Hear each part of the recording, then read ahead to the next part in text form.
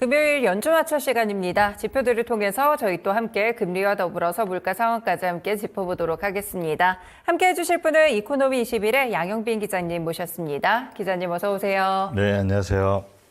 네, 그러면 오늘은 기자님과 어떤 주제를 보게 될지 일단 주제부터 함께 확인해 보도록 하겠습니다. 네, 오늘 여러 가지 좀 또 금리에 대한 이야기를 해보려고 하는데요. 여러 가지로 또 준비를 했으니까요. 체크해 보시면 좋을 것 같습니다. 먼저 최근에 금리 이야기를 좀 해봐야 될 것 같아요, 기자님. 단기금리와 장기금리 좀 대표적으로 급등을 했는데 그중에 하나씩만 좀 꼽아보자면 소파금리도 급등을 했었고 이 장기금리의 대표 주자는 또 10년물 쪽에서 국채 수익률이 급등하기도 했거든요. 이런 움직임이라든지 원인, 대처 방안을 저희가 알아보려고 하는데 일단 소파금리 약간 개념이 좀 생소하신 분들을 위해서 먼저 설명해 주세요, 개념을. 예, SOFR이라고 해서 요 금리는 이제 그냥 돈을 꺼주고 빌리고 하는 것이 아니라 네. 가지고 있는 국채를 담보로 하루짜리입니다, 만기는. 네. 그래서 돈이 계속 필요하면은 이거 매일 이제 그 계약을 갱신해야 되는 네. 그런 거고, 이런 거를 우리가 레포 계약이라고 해요. 네. 그런 거고, 그다음에 이게 사실 연준이 굉장히 신경 쓰는 그런 금리이기도 해요. 사실 이제 1년에 8번 FOMC 회의가 있잖아요. 그렇죠. 거기에서 기준금리를 정하는데 실제 그 기준금리가 정해지는 그 시장을 우리는 연방기금 시장이라고 부르거든요. 네네. 근데 그 시장의 거래량하고 이 소포의 거래량을 보면은 무려 소포가 30배가 많습니다. 아, 그래요? 어마어마하게 네. 차이가 나는데요. 여기 이제 그래프를 보시면은 여기 회색으로 된 게 소포고요. 네. 그다음에 녹색으로 된 게 연준이 기준금리를 정하는 그 연방기금 시장인데 보면은 거의 안 변하죠. 네, 그런데요. 그 네. 양도 적은데 소포금리는 거래량이 이렇게 점점 커지고 있어요. 지금 거의 하루 거래량이 네. 2조 달러에 아, 그래요? 네. 있고요. 연방기금 시장은 하루 거래량이 지금 현재는 대략 한 670억 달러고 아마 앞으로도 계속 현재 상태를 유지할 것으로 보여요. 예전부터 그냥 거의 변화 없는 네네. 좀 굉장히 재미없는 시장이고, 그래서 이제 연준이 어떤 이제 단기 그 기준금리를 정한다 할 때는 네. 사실 이 연방기금 시장을 보고 하는 게 아니라 오히려 이 소포 시장을 보면서 이게 어떻게 변하나, 이게 이제 사실 시장 참여자들이 제일 중요하게 생각하는 금리라서요. 그런 이제 그 구조가 있습니다. 예. 네, 금리에 대해서도 좀 저희가 어느 정도 예측을 하고 알 수 있는 소포금리에 대해서 알아보고 있는데요. 그럼 최근에 약간 좀 급등이 나왔던 이유는 어떻게 될까요, 기자님? 금리가 급등했다는 거는 자금이 모자랐다는 그쵸? 거잖아요. 네. 그 시중에 유통되는 자금이 모자랐다는 거였는데, 그럼 그게 과연 이제 최근에 7월 6월 말이죠. 6월 말에서 7월 초까지 이게 보면은 갑자기 이렇게 딱 스파이크가 생기잖아요. 이렇게 맞아요. 피크가 네. 생기고, 근데 요거를 잘 보면은 거의 월 말에 생겨요. 아, 그리고 또 분기 말에는 좀 더 큰 폭으로 생깁니다. 네. 이게. 그러면 이거는 뭐냐면은 뭐하고 굉장히 관련이 있냐면은 그 역내포가 월말 분기말에 확 늘었다가 다시 네네. 줄고 그러잖아요. 그거랑 굉장히 관련이 깊습니다. 그리고 어쨌든 이 소포 금리가 지난주에 이제 5.4까지 딱 오르니까 네네. 갑자기 사람들이 놀란 거예요. 그래서 이제 그 인터넷이나 SNS 통해서 야, 이거 지금 단기 자금 시장이 경색되는 거 아니냐 그랬는데 또 역시나 마찬가지로 요 그래프 보시면 다시 또 가라앉네요. 쭉 내려앉았죠. 요런 거는 이제 아직은 제가 볼 때는 뭐 이제 그 과거 사례를 인용해서 제가 또 보여드리겠지만 아직은 단기 시장 자금 경색까지는 아니고 그냥 월말 분기말에 있는 좀 의례적인 현상이다. 요렇게 아직은 판단할 수 있을 것 같습니다. 네, 저희가 역내포 볼 때도 월말 효과 이런 것들을 체크를 했었는데 약간 이런 일시적인 현상이라는 점까지 함께 확인해 드렸습니다. 그러면 단기금리 시장 소포랑 비슷한 곳을 몇 개 좀 볼게요. 역내포 금리도 있고요. 그 외에도 지급준비금 금리까지 좀 몇 네. 가지가 있는 것 같은데 각각 이런 금리들이 어떤 특징을 갖고 있을까요? 일단 다 하루짜리 금리입니다. 다 하루짜리. 예, 다 하루짜리고요. 기본적으로 하루짜리고, 그다음에 이 세 가지 금리가 이 시장에서 어떻게 그 시기마다 어떻게 변화했는지를 보면은 지금 시장은 어떤 상태구나. 네. 그걸 좀 알 수가 있거든요. 그러면 이제 제일 먼저 2018년부터 대략 한 2019년 1년간에 요 세 가지 금리의 움직임이 있어요. 여기 보면 이제 파란색이 소포 금리고요. 네. 그다음에 이렇게 직선으로 돼 있잖아요. 네. 위에 있는 직선, 그 보라색 이게 이제 그 지급준비금에 네네. 지급하는 그 IURB라 그러죠. 네네네. 그다음에 빨간색이 영래포 금리인데요. 요때는 보면은 이 소포 금리가 굉장히 좀 위로 올라와 있죠. 그렇네요. 그 네. 지급준비금에 지급하는 것보다 더 올라가 있죠. 상회하는 움직임. 그 네. 얘기는 뭐냐면은 이럴 때는 은행들이 어떤 유인이 생기냐면요. 지급준비금에 있었던 돈을 빼서 빌려주겠죠. 네네. 왜 금리가 높으니까. 그런데 이때 이제 재밌는 일이 벌어졌었는데요. 2019년 후반부에 보면은 금리가 갑자기 어마어마하게 뛰는 걸 볼 수가 있습니다. 네. 예.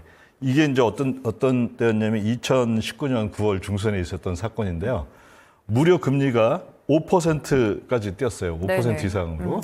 근데 이건 물론 이제 하루짜리니까 1년으로 하면은 적지만은 이건 무슨 어떤 걸 의미하냐면 이 단기 자금 시장에 지금 문제가 생겼다는 거를 의미합니다. 네. 그때 연준이 개입을 합니다. 그때 이제 그 굉장히 유명한 얘기를 했는데요. 네네. 이제 연준 직접 개입하니까 이거는 QE는 아니야. 그래서 not QE라고 하면서 개입을 했던 아주 유명한 이제 사건이었는데요. 네네. 이때도 보면은 그 이후에도 금리 자체가 이 지급준비금보다 위에서 형성이 되죠. 계속. 네. 이 얘기는 여전히 시장에 자금이 상당히 좀 부족한 상황에 있다.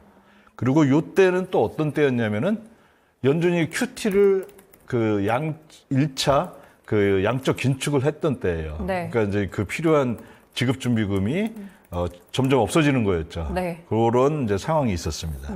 그렇군요. 확실히 여기 뒤쪽 차트를 보시면서도 설명을 해주셨으니까 이를 생각해 보시면 좋을 것 같고요. 자금이 부족한 상황이 있었다는 점을 저희가 차트로도 확인을 해볼 수가 있었습니다. 그리고 이제 장기 금리도 좀 볼게요. 사실 대선 토론회 직후에 10년물 국채 금리가 갑자기 좀 급등을 했었거든요. 네. 요거는 어떤 이유가 있었을까요?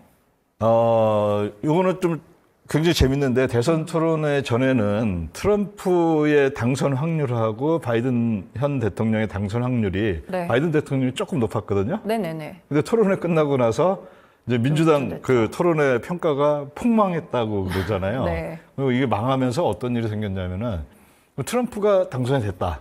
그럼 어떤 일이 생길 거냐? 일단 감세 정책을 합니다. 네. 늘 이제 주장했듯이. 그렇죠. 네. 그리고 트럼프 재임 시절에 실제 감세를 많이 했고요. 그 다음에 또 하나는 뭐냐면은 굉장한 그 관세를 또 관세요. 네. 아까는 감세였고 지금 이제 그 특히 중국을 대상으로 해서 어마어마한 관세를 뭐 자기는 뭐 100% 물리겠다, 뭐 200% 맞아요. 하겠다 막 네. 그러잖아요. 그러면 그것의 효과는 어떤 거냐면 감세하면은 재정 적자가 나죠. 네. 재정 적자가 나면 그걸 메꾸기 위해서는 더 많은 국채를 발행해야 되는 거고요. 네. 그 국채가 많이 발행한다는 거는 국채 시장에 이 국채가 이 공급이 늘어나니까 이게 국채 가격이 싸져야 되고 다시 말하자면 수익률이 올라가줘야 되잖아요. 반대로 움직이니까. 네네. 그게 있고 또 인플레이션까지 올라갈 그런 걸 생각하니까 요거에 가장 크게 이제 반응한 게 바로 그 아무래도 장기물이잖아요. 그렇죠. 그 네. 아무래도 한 1년 남았으니까 대선이. 그렇죠. 네. 이제는 이제 한 6개월밖에 안 남았네요. 그러니 아무래도 이제 멀리 있는 일이니까 10년물이 가장 크게 이제 네. 반응을 했습니다. 그래서 쫙 올라왔다가 물론 이제 현재는 다시 이제 어느 정도 거의 뭐 많이 내려오긴 했는데요. 네네. 앞으로도 이런 그 뭐라 해야 되나요? 그 정치적인 사건 때문에 네네. 이번 그러니까 10년물이 올라갔던 거는 굉장히 이 정치적인 영향, 그쵸. 그 정치적인 전망에 대한 영향이 그 굉장히 큰 영향을 가져왔다 이렇게 볼 수가 있을 것 같습니다.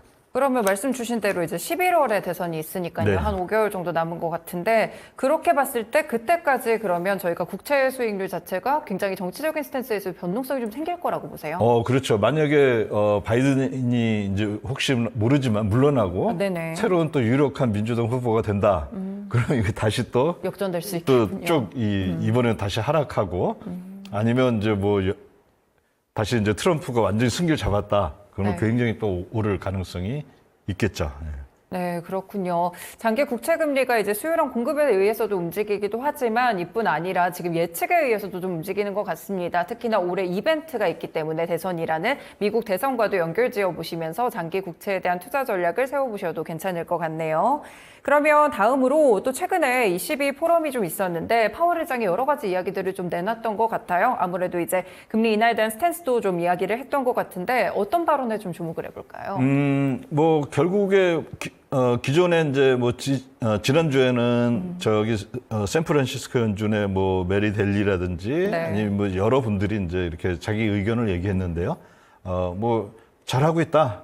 그런데 뭐 아직은 근데 확신할 수 없다. 맨날 들어왔던 얘기인데. 그렇죠. 근데 또 재밌는 게 이번에 이제 그 파월 그 의장이 베버리지 곡선을 또 얘기를 했어요. 네. 그러면서 지난번에 제가 소개했던 메리 델리 그 의장의 그 은행장의 얘기랑 거의 똑같은 얘기를 했습니다. 네네. 어떤 거냐면은 자 지금까지는 이 구인율이 쭉 떨어지면서 원래 경제학 교과서에 의해서는 베버리지 곡선에 의하면 구인율이 떨어지면은 실업률이 늘어난 쪽으로 이게 이렇게 서로 이 뭐라 해야 되나요? 트레이드오프 관계가 있었는데 지금까지는 아주 뭐 운이 좋았든 뭐 어쨌든 하여튼 이게 수직으로 떨어진 거예요. 소프트 랜딩을 잘 해와서 우리가 굉장히 해피해졌다. 네. 그런데 앞으로는 이 차트 보면 이 회색으로 된 요 선을 따라서 갈 거다. 그러면 네. 가로로 증가하는 게 실업률이 늘어나는 그쵸, 거거든요. 네. 그럼 이제부터는 어떤 문제가 생기냐면은 지난번에도 말씀드렸듯이 연준의 두 가지 책무인 하나는 완전 고용, 즉 실업을 줄이는 거, 네. 그게 있고 또 하나는 물가 안정이 있잖아요. 요 사이에서 이제 왔다 갔다 해야 되는 거예요. 그러니까 하나를 택하면은 얘가 좀 문제가 생기고 네. 얘를 택하면은 또 이쪽이 문제가 생기는 좀 약간 어려운 이제 그 네네. 구간으로 이제 들어서게 된 거죠.